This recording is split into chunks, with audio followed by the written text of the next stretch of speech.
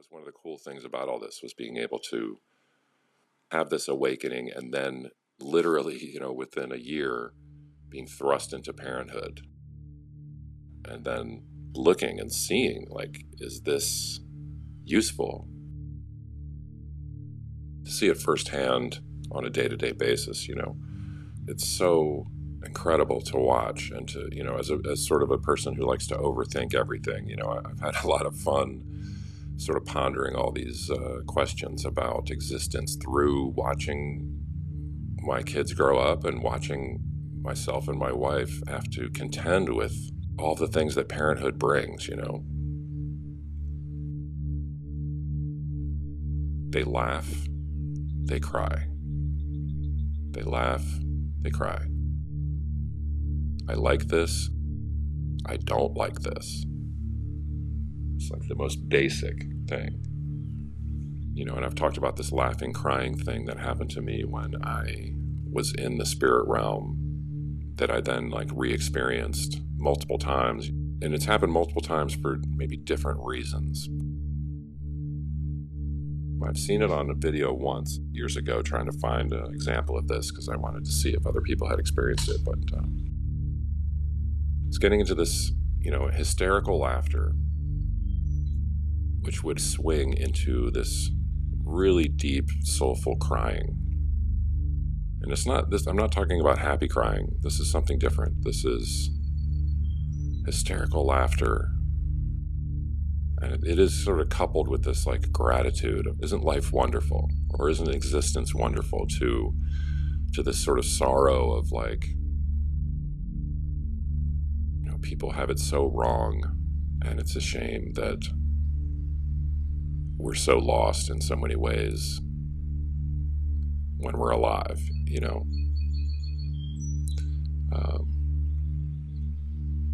and having that laughing, crying experience multiple times over the course of a few years, I really started to think about the contagious nature of laughter, of crying. But then also this thing kept coming up of well, what's something else that's contagious? And it's interesting too that laughing and crying, you can laugh because you're disturbed, because you can laugh because of a tragedy, or because of, it's sort of,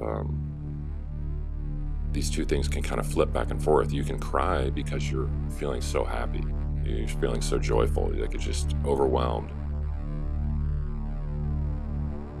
But then there's this other thing that's contagious, that's similar, because laughing and crying are both, it really is your solar plexus and your throat chakra sort of marrying up in these ways. When you're laughing, it's a combination of breathing and this belly sort of sacral thing.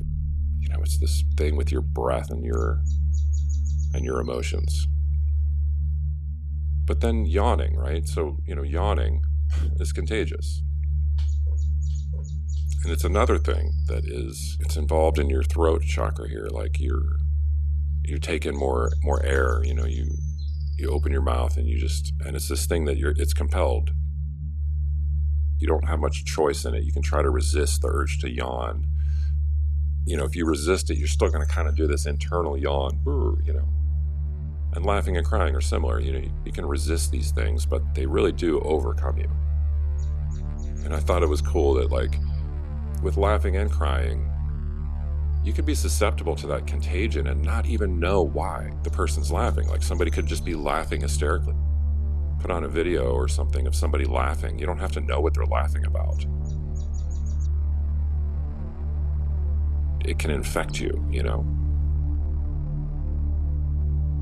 Same with crying. You might be watching a movie and somebody's really performing beautifully and really conveying this sorrow. And it can fill you up, man. And this character is going through it and you're right there with them, and it's contagious. It's so wild.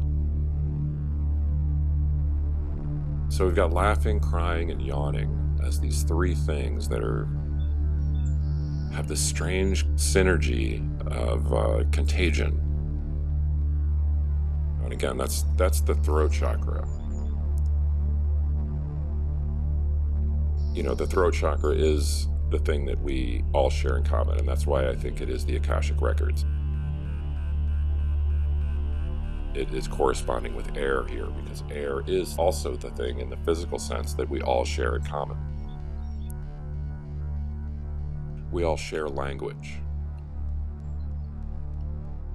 And no matter the language, we all share these concepts and ideas. And so, we've got laughing, crying, and yawning. It's this kind of trinity here. Laughing is, I like this. Crying is, I don't like this. But then what is yawning? I associate it with the void and with sleep. But yawning is kind of like, everything's kind of fine, but I could just not exist for a little while. And it's kind of an interesting idea of like sleep being this time when you're in a dreamless sleep, when you're not dreaming, you're not conscious, you're unconscious. And where are you during that time? Well, I think you're nowhere. And even biologically, we have to have a period where we don't exist for a little while, apparently. And yawning is kind of like that. It's like, things are cool, but I could just not exist for a little while and just go away for a minute. And that's pretty crazy. And I can think of all sorts of reasons why yawning might be a useful, contagious activity. It's like the community is bound together by these three things that we can all share.